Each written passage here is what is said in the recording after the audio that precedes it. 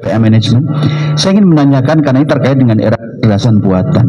Tadi yang disebutkan soal silo ya, harusnya tidak boleh silo. Tapi kalau saya amati, karena saya juga pemakai, AI ini justru kembali ke silo. Ya, contohnya seperti ini.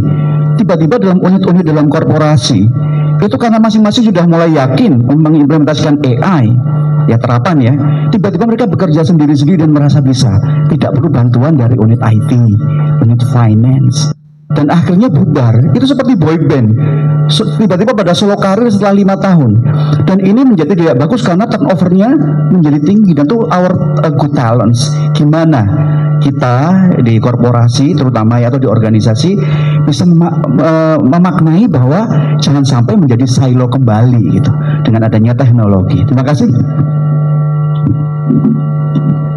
Iya, terima kasih. Kita kumpulkan pertanyaan dulu ya Pak. Terima kasih Pak Herman dari BPM.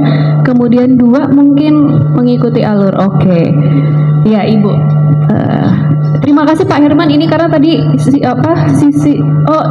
Mahendra, sorry. Yang tadi memang salah satu poin yang mau dibahas tetapi belum. Jadi nanti kita bahas di sini. Silahkan Ibu. Ibu dari mana? Dengan siapa? Baik, selamat siang. Saya Herlina Gea dari alumni USU. Ini senior saya.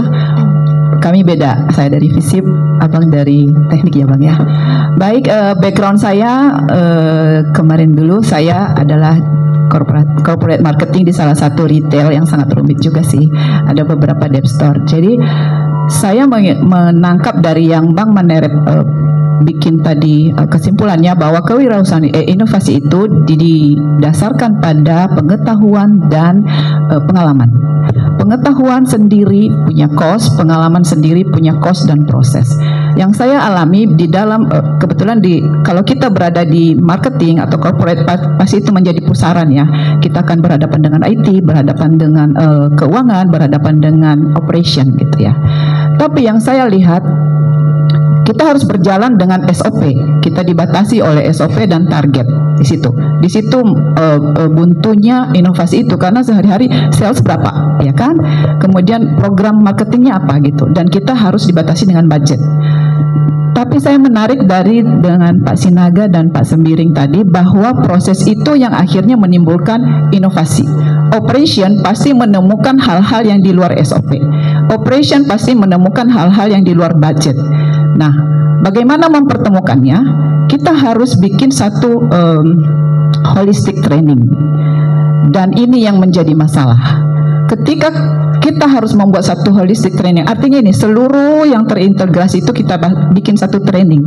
Berarti kita harus mengalokasikan, meminta waktu dari keuangan, dari IT, dari semua itu untuk membuat anak buahnya untuk ikut training. Buang waktu. Dia harus mengalokasikan dia harus mengalokasikan budget untuk itu. Dia bilang aku nggak punya budget tahun ini untuk training. Bu, ya? Boleh langsung. Jadi maksud saya belum baca bukunya bang. Tapi apakah di situ dibahas mengenai biaya dari proses itu sendiri yang menjadi cost dan akhirnya buntu karena semua orang mengejar target. Waktu itu yang kami lakukan adalah kami dilakukan problem solving training, tapi itu harus berkejaran. Kemudian kita disuruh baca buku low hanging fruit. Jadi itu tanggung jawab kita membaca. Sampai sekarang saya masih ingat tuh buku bab per bab karena kita harus mengaplikasikannya. Kita harus melihat sampai ke detail. Terima kasih. Oke, baik, terima kasih Ibu. Penanya terakhir ada di belakang, ya, Bapak yang ada di belakang.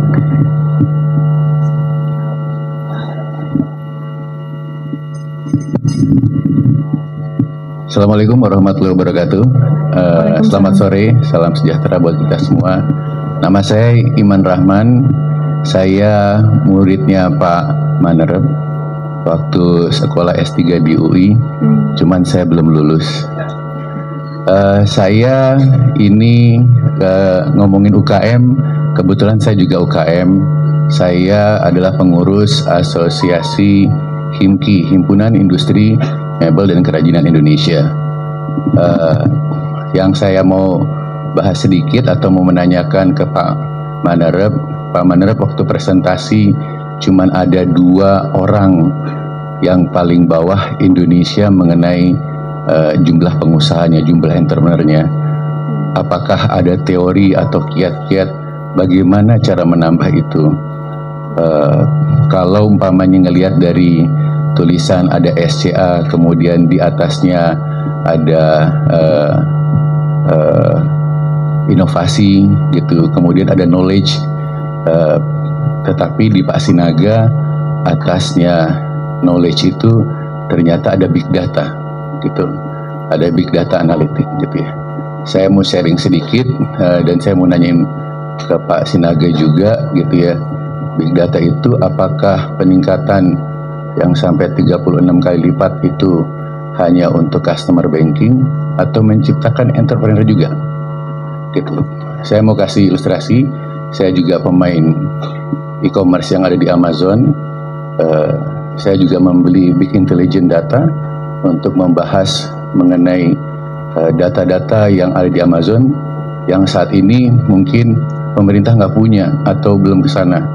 Sehingga yang dibahas bukan hanya barang furniture, kebetulan saya di furniture mana yang laku, apakah itu yang living room atau bedroom atau lain sebagainya, atau di living room apakah seperti coffee table di depan itu yang paling laku, apakah yang kaca ataukah yang berwarna hitam.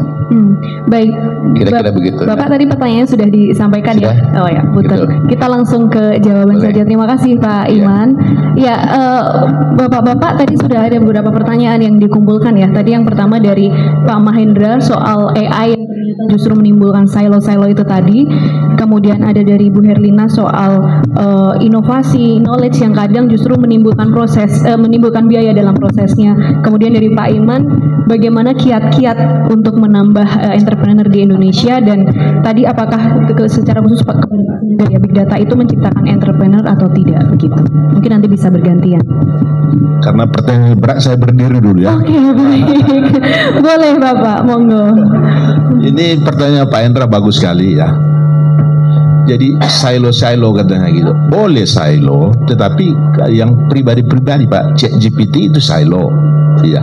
Tapi kalau Bapak di dalam sistem organisasi itu harus menjadi sistem yang seperti ini dia. Terintegrasi antara satu departemen dengan departemen lain ya. Itu yang dibangun AI-nya. Ya. Harus kita menjadi sistem dia. Itu yang disebut dengan ini masuknya mobile system, masuk sosial media, big data, cloud computing, Internet of Things. Inilah yang harus dirancang menjadi sebuah sistem AI. Siapapun bisa melihat Pak. Tidak ada silo lagi. Yang silo yang saya anggap itu Bapak itu pasti sendiri itu kira-kira sendiri ChatGPT ya, betul itu pribadi mencari ini itu bisa. Tapi kalau di dalam sistem organisasi seperti kami sama Bang Ente ini membangun sistem digital sistem itu ya sudah terintegrasi dari semua yang terkait itu, tidak ada silo lagi di sana Pak. Saya pikir itu yang perlu dirubah. Jadi jangan sampai dipahami bahwa sistem IT, sistem AI, big data dan lain sebagainya dalam organisasi terpecah-pecah, enggak lagi. Ya. Secara sederhana, Gojek misalnya gitu ya. Itu seorang pengendara ya pasti pendapatannya itu kemana-mana itu mengalir itu sampai ke Pak ini siapa menteri itu dulu. Nadiem. Pak Nadiem. Iya, staf-stafnya kasih meneliti itu. Karena yang ini kan yang lain-lainnya kan melakukan evaluasi Pak. Si driver ini bagaimana dia kinerjanya, berapa dia dapat satu hari, dia malas atau malas bergerak itu lain sebagainya. Itulah tugasnya ini semua. Kalau menjadi silo dia nggak bisa dievaluasi, tidak ada hasilnya, tidak ada perbaikan. Demikian juga kami kalau di sawit pemanen itu pendapatannya berapa tandan dia potong itu udah di share kemana-mana itu semua itu. Pemanen si Badu misalnya gitu, berapa seharusnya dapat misalnya dia 100 tandan ya. Tapi dia hanya dapat 50. Yang lainnya sudah pada bergerak bertanya itu, Badu kau kenapa dapat sih? Dari seksi lain juga bertanya, kau brengsek juga kau situ, ngapain kau situ tiru-tiru begitu Pak ya. Jadi tidak ada silo gitu kira-kira. Saya pikir mudah-mudahan itu menjadi jawaban dari Pak Mahendra, menjadi sistem di organisasi itu yang seperti ini dia. Ya. Sehingga yang lain dengan cepat itu melihat itu. Ya. Kemudian pertanyaannya, Ibu Herlina ya, adik saya nih Herlina ini. Ya. Kalau SOP yang menjadi halangan katanya, itu SOP-nya robah. Tidak perlu ribut di situ. Karena SOP itu bukan kitab suci, bukan. Kalau kitab suci jelas yang melanggar dosa masuk neraka. Itu tidak bisa robah. Tapi kalau SOP masalah keleluasaan mobilitas orang melakukan pekerjaan lantas itu menjadi terhalang, SOP-nya yang robah. Supaya dia teradaptasi kemampuan dari orang-orang di sekitarnya itu menjadi maksimal dia. Tidak perlu rapat-rapat, enggak. Tidak perlu tering-tering macam ada. Tetapi hambatan utama kalau dianggap itu SOP yang dihalangan, itu robah. Betul ya Pak ya? Hah? Gimana? Betul kan? Karena SOP itu itulah pola kerja kita. Kalau itu menjadi halang, robah. Ya. Disesuaikan mungkin. Disesuaikan dengan maunya mereka apa. Tetapi janji kalau kita robah ini kau berapa dapat. Kan itu dia. Jadi bukan tetap mempertahankan SOP yang lama, yang bermasalah, yang tidak mendukung kinerja kita. Mohon maaf Pak, siapa tadi? Pak Iman. Pak Iman. Ya. Bagaimana caranya memperbanyak entrepreneur? Wah, sederhana sekali itu. Ada 60 juta UKM di Indonesia ini. 60 juta loh Pak. Betul ya? 60 juta UKM. Kalau itu dibina, UKM dia, inilah bagian yang menjadi entrepreneur. Jangan dianggap harus kelas Pak Nurdin ini menjadi entrepreneur, tidak ya.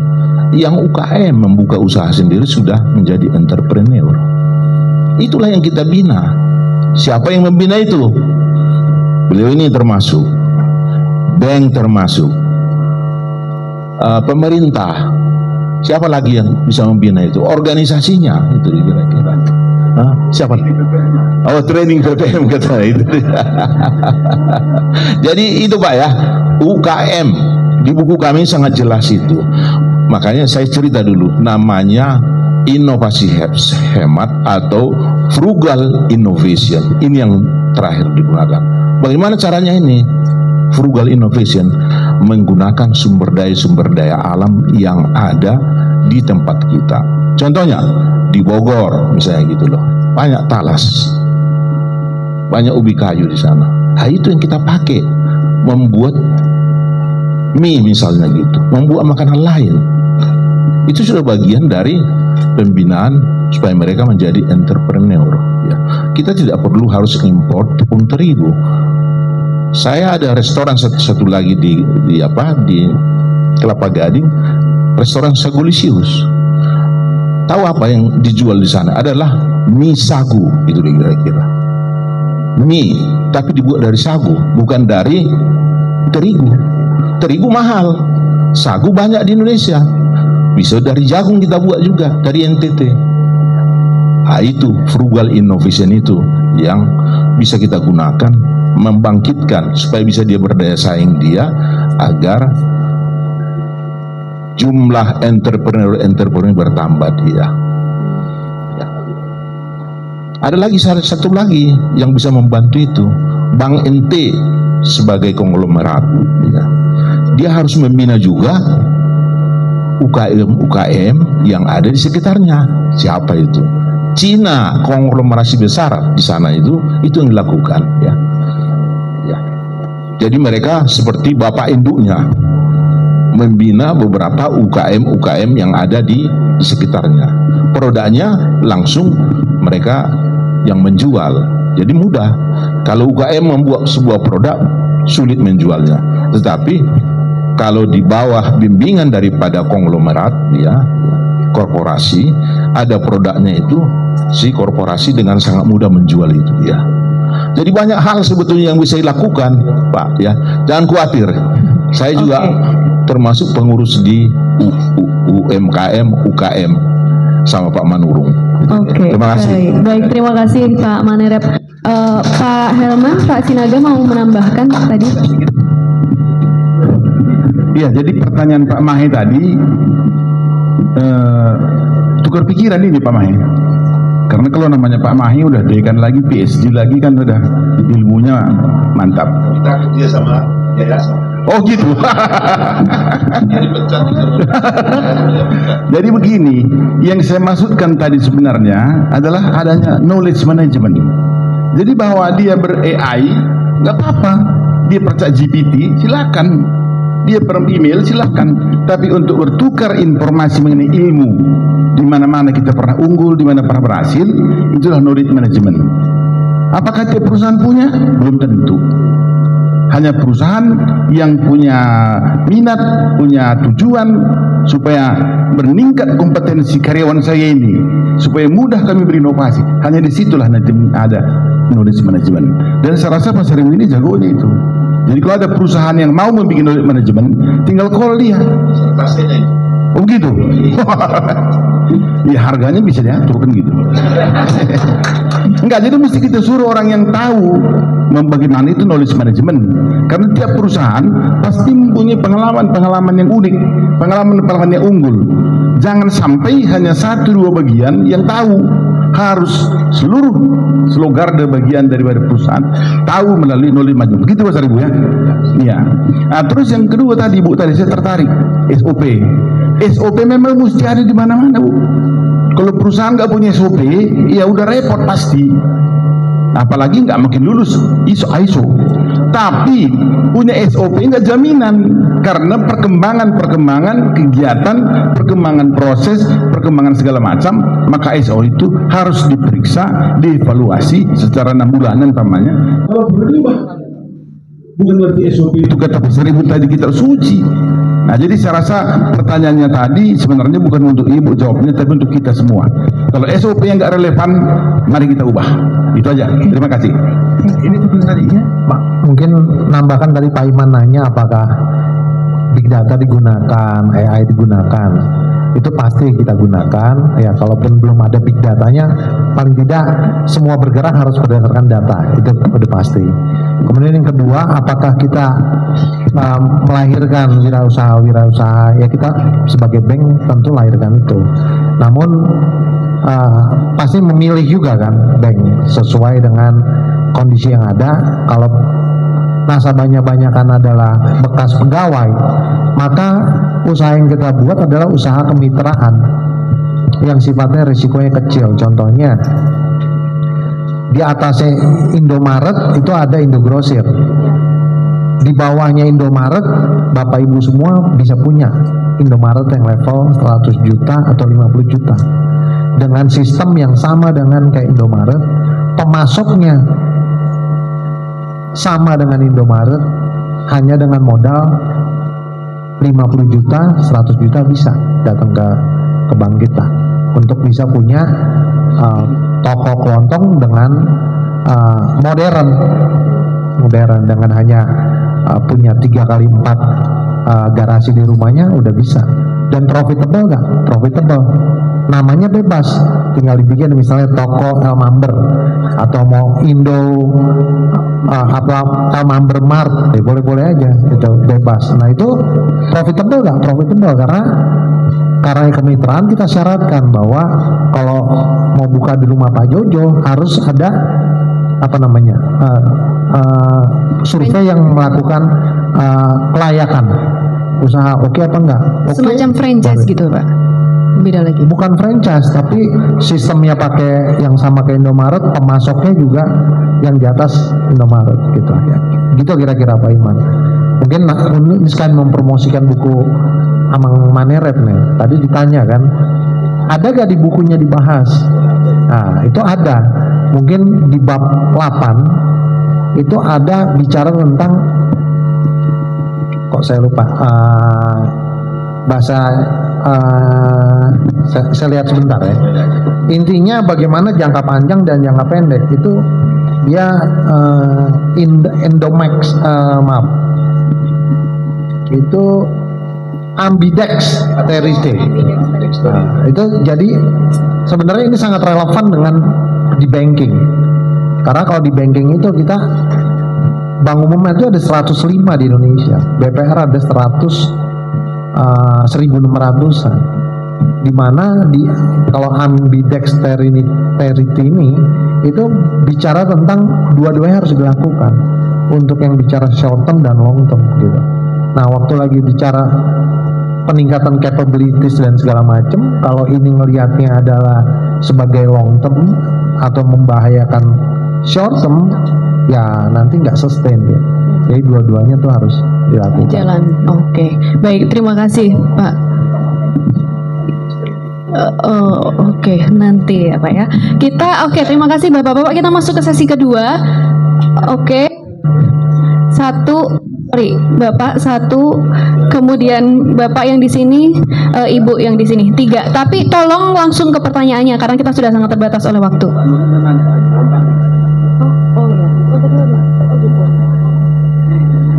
Tadi Bapak yang di belakang, Ibu yang di depan ini, Ibu putih. Bapak-bapak yang di sana, ya.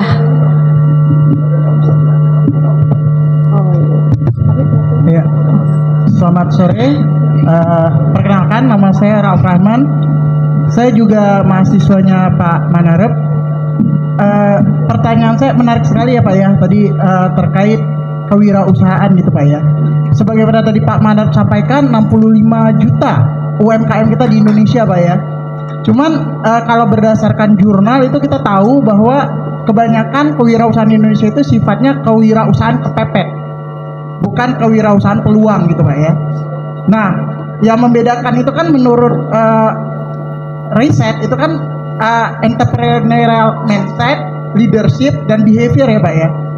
Nah, saya lebih tertarik Pak, sebagaimana tadi berulang kali disampaikan, entrepreneurial orientation itu kan mindset ya Pak ya. Oriental leadership, entrepreneur leadership itu juga tadi berulang kali sampaikan.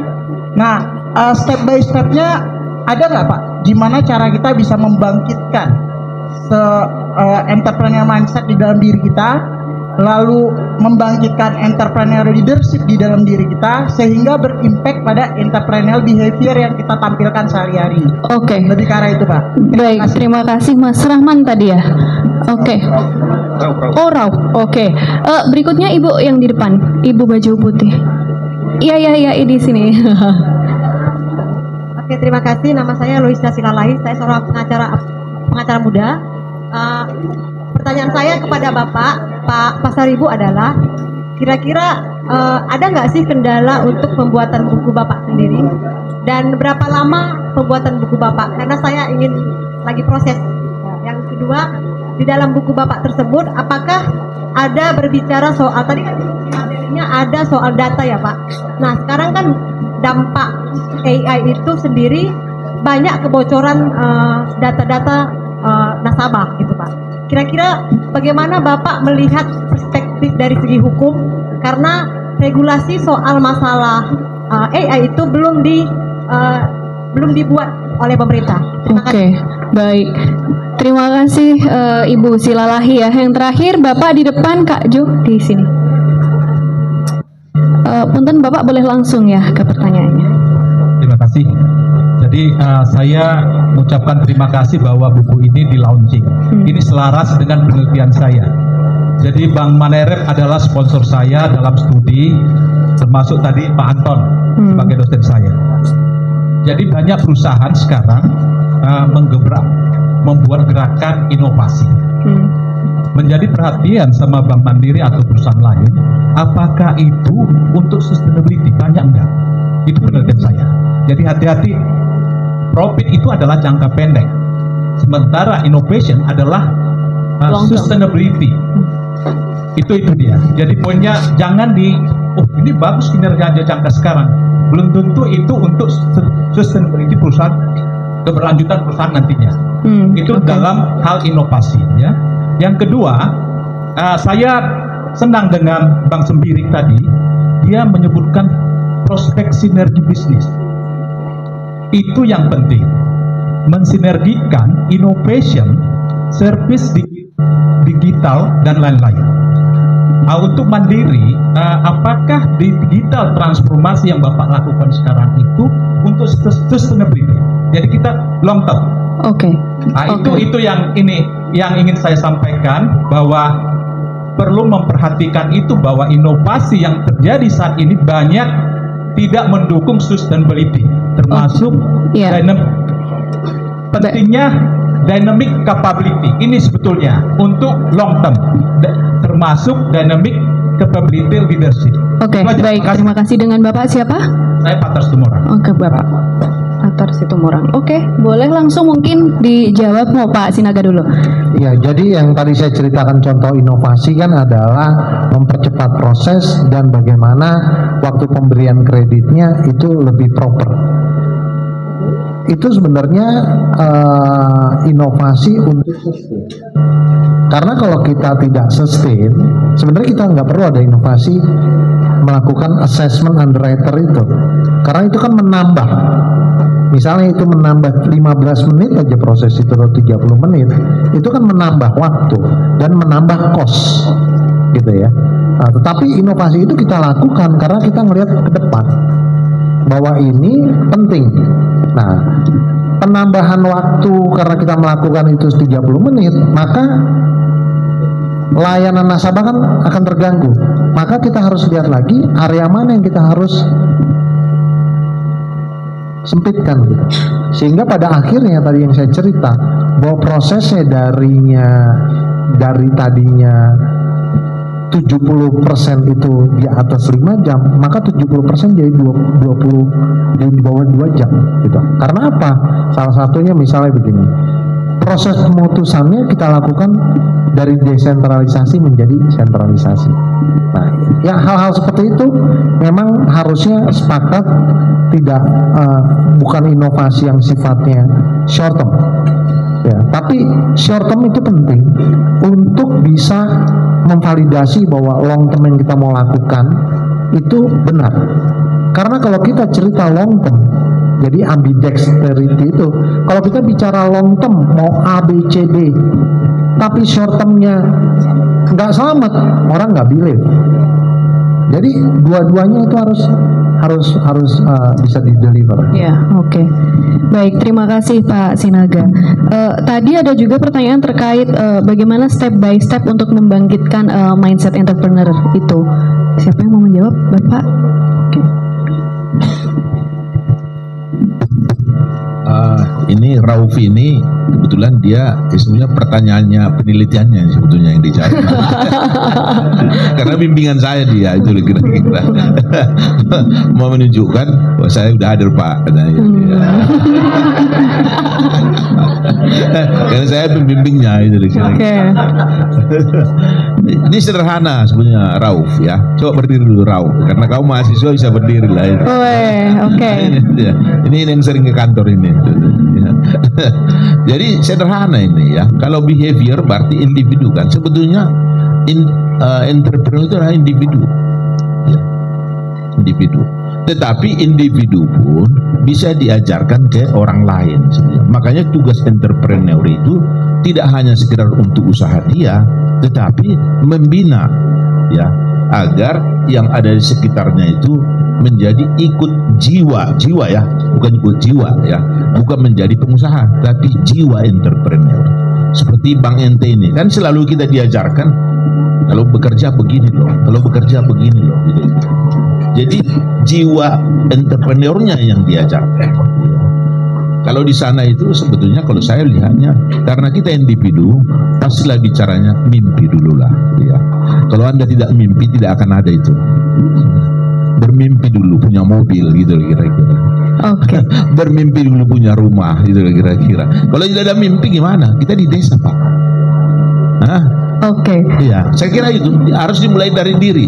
Mimpinya seperti apa dia ya. Nah, itu kemudian pimpinan kita kalau Anda bekerja di perusahaan itu juga yang membina bagaimana supaya kita berjiwa entrepreneur. Nanti coba Kami kira itu Pak Rauf ya. Saya nggak tahu. Oke. Nanti bisa kita diskusi lagi soal penelitianmu itu seperti apa ya. Nanti bimbingan langsung ya. Pak, tadi ada juga pertanyaan kepada Pak Manerep dari Ibu Silalahi sekilas terkait kendala dalam penyusunan buku ini. Ya. Iya. Coba buka dulu slide-nya yang bola itu. Tapi mungkin bisa singkat saja ya Pak ya. Jadi ini sederhana ya Bu Silalahi ya. Kalau bicara kita dengan digitalisasi AI maupun big data, tidak ada lagi di situ rahasia. Tidak ada lagi rahasia. Makanya disebut ini dunia yang berani, data driven world. Karena dengan big data semua terbuka kita. Ya. Pacarmu di mana? Ya. Sering bermain minum kopi di mana? Itu kira-kira. Ya. Sering pelancongan kemana? Sudah terbuka semua. Jadi hukum itu terlambat itu dengan teknologi. Itu masalahnya. Even di Amerika sendiri pun itu terlambat. Tidak ada yang bisa membatasi ini. Tidak ada. Ya. Jadi kalau ada sekarang kita di sini, ini mohon maaf saya sampaikan, masih bicara masalah privasi itu sudah kembali ke nol itu. Anda tinggal di hutan aja itu loh kira-kira. Jangan gunakan HP, jangan gunakan internet, apalagi jangan gunakan macam-macam itu di hutan. Jangan gunakan mobile banking. Ini banyak menuntun privasi, tapi mau enak, mana bisa? Kita mau naik surga semua di dunia ini enak, nggak bisa. Harus ada yang dikorbankan. Ya. Kalau Anda sudah menggunakan masuk di sistem ini semua alat-alat yang kita gunakan ini, ya, tidak ada sini lagi rahasia. Ini dunia yang berani. Ya. Sampai data apapun yang punya Ibu Silalahi sudah dapat. Ya. Suaminya siapa, anaknya berapa, uangnya berapa, bayar pajak berapa, itu semua. Ya. Jadi orang hukum terlambat masuk ke sana itu. Jadi harus segera mengejar juga dong ya Pak, karena dunia makin kesini. Anda jujur, itu kembali. Kalau jujur kan nggak ada masalah. Yang persoalan itu kan banyak uang, pajak, misalnya gitu ya. Nah, disimpan itu kira-kira. Oke. Profit saya sekian, tahu untung saya sekian cuman katanya bayar pajak. Itu persoalan. Takut ini. Iya. Jadi Anda harus jujur. Jadi ini kembali ke ajaran lama kita ini sebetulnya kalau bicara big data ini ya. Kembali sudah dicatat semua itu loh kira-kira. Apapun yang kita lakukan di dunia ini dicatat oleh big data. Oke. Jelas itu. Ini beliau ini lihat big data mau mengusulkan kredit. Ini maling apa tidak dia? Membayar pajak apa tidak? Berapa bayar listrik dia? Begitu ya kira-kira ya. Pendapatannya berapa? Hartanya berapa? Oke. Jadi terbuka semua ya. Tidak ada istilah privasi lagi. Sudah zaman bahola itu ya. Terima kasih. Oke, baik. Tadi karena pertanyaan Mas Rauf ya dijawab Pak Pasaribu yang ternyata juga adalah dosbingnya, dosen pembimbing. Di sini ada Bapak dosen juga kan. Mungkin punya nasihat atau jawaban lain terkait tadi step by step untuk entrepreneurship. Kebetulan juga saya membimbing beberapa mahasiswa terkait dengan entrepreneur ya. Tadi betul yang Pak Manerep bilang ya, bahwa itu memang larinya nanti ke banyak ke behaviornya nanti ya. Anda cek lagi nanti misalnya entrepreneurship mindset, entrepreneurship orientation, seperti itu larinya. Mungkin salah satunya di situ. Ada banyak sekali jurnal terkait dengan itu sebetulnya Mas. Ya. Kan sekolah dokter, sekolah baca ya. Iya. Oke, baik, terima kasih Pak Bram sudah menambahkan. Terima kasih Bapak Ibu dan Bapak Ibu semuanya.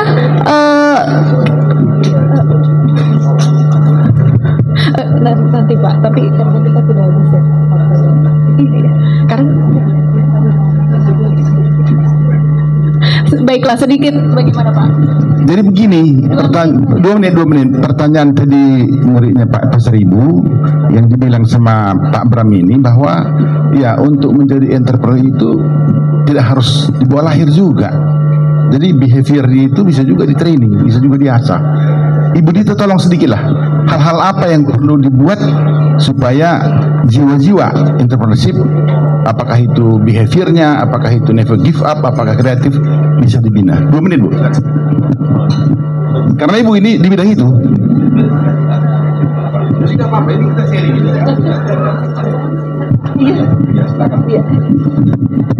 Iya, terima kasih Pak Helman. Ini Bapak dan Ibu mungkin waktunya sedikit ya Pak ya. Jadi memang tadi kan mengubah behavior gitu. Jadi tadi kan ditanyakan kan tadi bagaimana mengubah behavior mindset untuk menjadi entrepreneur. Dan itu bisa dilatih sebetulnya. Jadi ada pelatihan yang memang mengajarkan bagaimana berpikir tadi entrepreneur gitu. Kemudian bagaimana menguatkan perilakunya tadi. Jadi juga ada bentuk-bentuk coaching ya Pak ya, coaching, mentoring untuk menguatkan behavior tadi. Itu kalau mungkin yang bisa dilakukan biasanya di korporasi. Tadi cukup menarik juga kalau di lingkungan itu mulai dari diri sendiri dan bagaimana mengembangkan di lingkungan masing-masing gitu Pak. Jadi sebetulnya mindset itu bisa dirubah dan bisa dilatih, bisa juga melalui coaching dan mentoring. Gitu mungkin sedikit Pak Helman. Coaching dan mentoring tadi ya untuk membangun mindset. Baik, terima kasih Ibu Dita.